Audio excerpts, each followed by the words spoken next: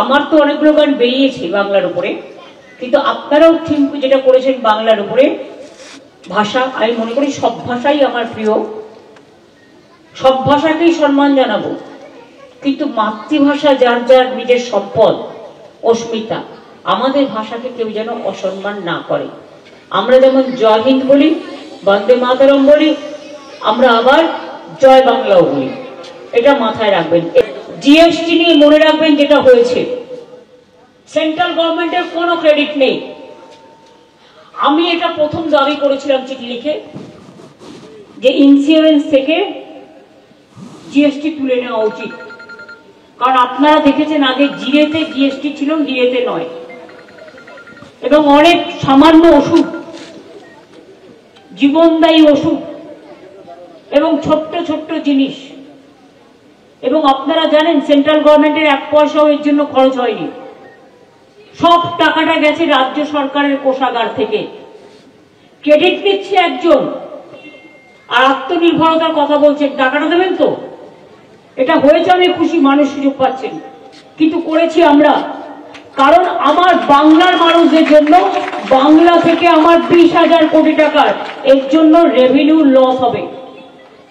যারা প্রচার করছেন টাকাটা দেবেন তো বাংলাকে, 100 দিনের কাজ বন্ধ, আবাসের টাকা বন্ধ, রাস্তার টাকা বন্ধ, জলস্বপ্নের টাকা বন্ধ, সর্বশিক্ষা অভিযানের টাকা বন্ধ, আবার 20,000 কোটি টাকা রেভিনিউ লস হয়ে গেল।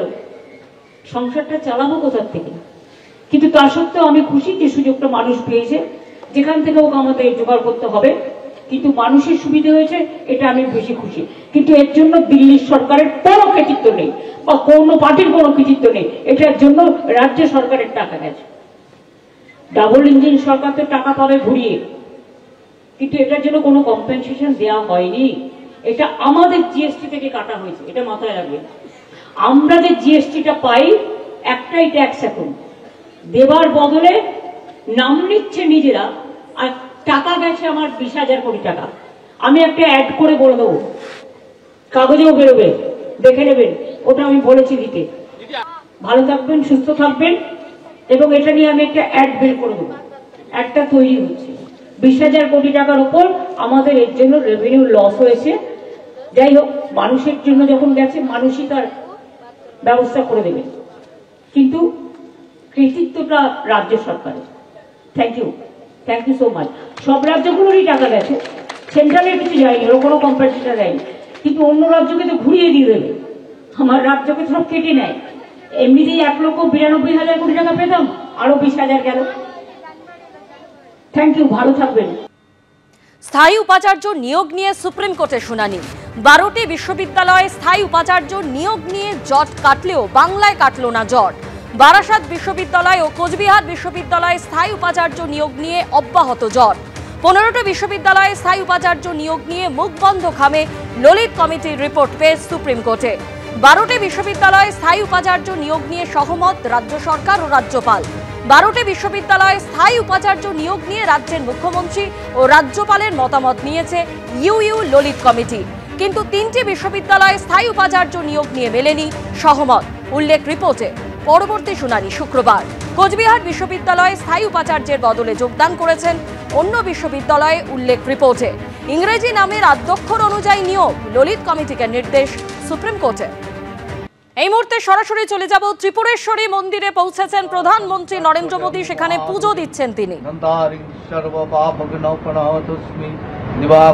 নমো শ্রী সূর্যায় নমঃ।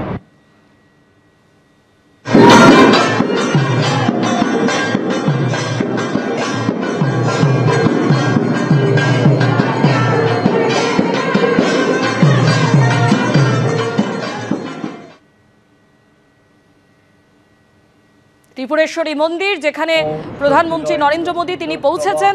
স্বস্তিন পূষা বিশ্ববেদা, স্বস্তিন স্ত্রাক্ষ অরিষ্ট নেমি, স্বস্তিন বৃহস্পতি। টেলিফোনে রয়েছেন আমাদের প্রতিনিধি প্রসেনজিৎ সাহা। প্রসেনজিৎ, আমরা সেই ছবি দেখতে পাচ্ছি যে ত্রিপুরেশ্বরী মন্দিরে পুজো দিচ্ছেন প্রধানমন্ত্রী।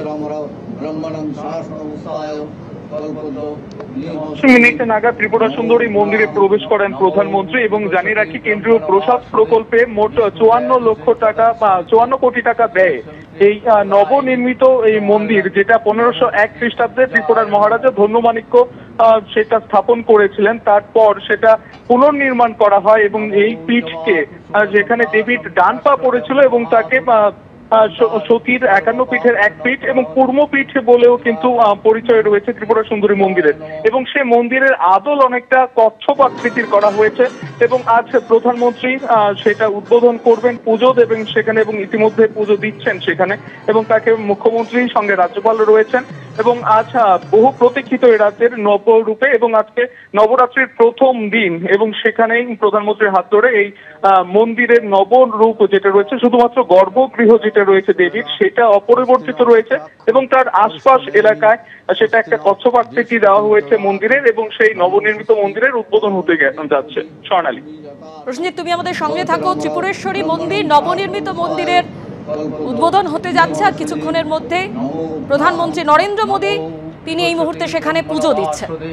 বিষ্ণু তেজসে জগৎ সবিত্রী সুজয় সবিত্রী কর্মদায়িনী ইদমার্ঘং নমো শ্রী সূর্যায় নমো।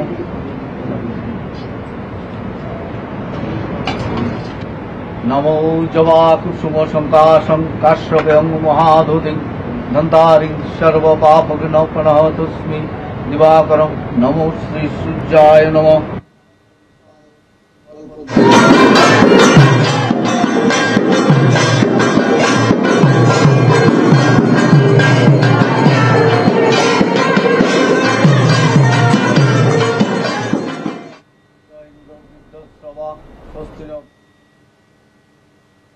স্বস্তি ন ইন্দ্র বৃদ্ধশ্রবা স্বস্তি ন পূষা বিশ্ববেদা স্বস্তি ন স্ত্রাক্ষু অরিষ্টনেমি স্বস্তি ন বৃহস্পতি দদাতু নমো স্বস্তি পবনৌদিপতি ভূমিজাকাশং খচরমর ব্রহ্মণং শাসনমুসায় কল্পদ্য নিহসলিম নমো পুনাহং নমো বৃহস্পতি ব্রহ্মণ বাসদে বিষ্ণু তেজসে জগৎ সবিত্রী। গতকালকের পর আজ ফের চলল গুলি। গতকাল চারু মার্কেট থানা এলাকা এবং আজকে গার্ডেন রিচে পরপর দুদিনে শহরে দু জায়গায় গুলি চলেছে।